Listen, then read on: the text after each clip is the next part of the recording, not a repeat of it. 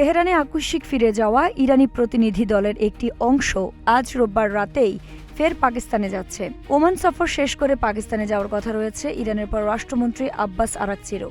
এরপর তিনি রাশিয়া সফরে যাবেন বলে জানিয়েছে দেশটির রাষ্ট্রীয় সংবাদ সংস্থা IRNA। এর আগে শনিবার ইসলামাবাদে পাকিস্তানের প্রধানমন্ত্রী শাহবাজ শরীফ ও সেনাপ্রধান আসিম মুনির সহ শীর্ষ কর্মকর্তাদের সঙ্গে বৈঠক করেন আরাকচি। বৈঠকে আঞ্চলিক পরিস্থিতি ও দ্বিপাক্ষিক সম্পর্ক নিয়ে আলোচনা হয়। ইরানের পক্ষ থেকে বলা হয়েছে আঞ্চলিক অংশীদারদের সঙ্গে সমন্বয় জোরদার করা তাদের অগ্রাধিকার। তবে যুক্তরাষ্ট্রের সঙ্গে সরাসরি মুখোমুখি আলোচনায় বসতে এখনও প্রস্তুত নয় তেহরান। যদিও এখনও কোনো অগ্রগতি হয়নি, তবুও পাকিস্তান মধ্যস্থতার প্রচেষ্টা চালিয়ে যেতে আগ্রহী বলে জানিয়েছে।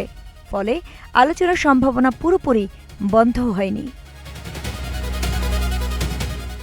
জানা গেছে, রোববার সন্ধ্যায় ওমান থেকে ফেরার পথে আবার ইসলামাবাদে পৌঁছাবেন আরাকচি এবং সেখানে পাকিস্তানের সঙ্গে আরও আলোচনা হতে পারে। তার সঙ্গে আসা প্রতিনিধি দলের একটি অংশ ইতিমধ্যে তেহরানে ফিরে গিয়ে সরকারের নির্দেশনা নিচ্ছে এবং তারা আবার ইসলামাবাদে যোগ দিতে পারে। এদিকে ইসলামাবাদ শহরে নিরাপত্তা জোরদারের অংশ হিসেবে স্থাপন করা ব্যারিকেড সরিয়ে নেওয়া হয়েছে এবং সড়কগুলো এখন স্বাভাবিকভাবে চলাচলের জন্য খুলে দেওয়া হয়েছে। তবে আপাতত যুক্তরাষ্ট্রের সঙ্গে ইরানের সরাসরি আলোচনা স্থগিত রয়েছে।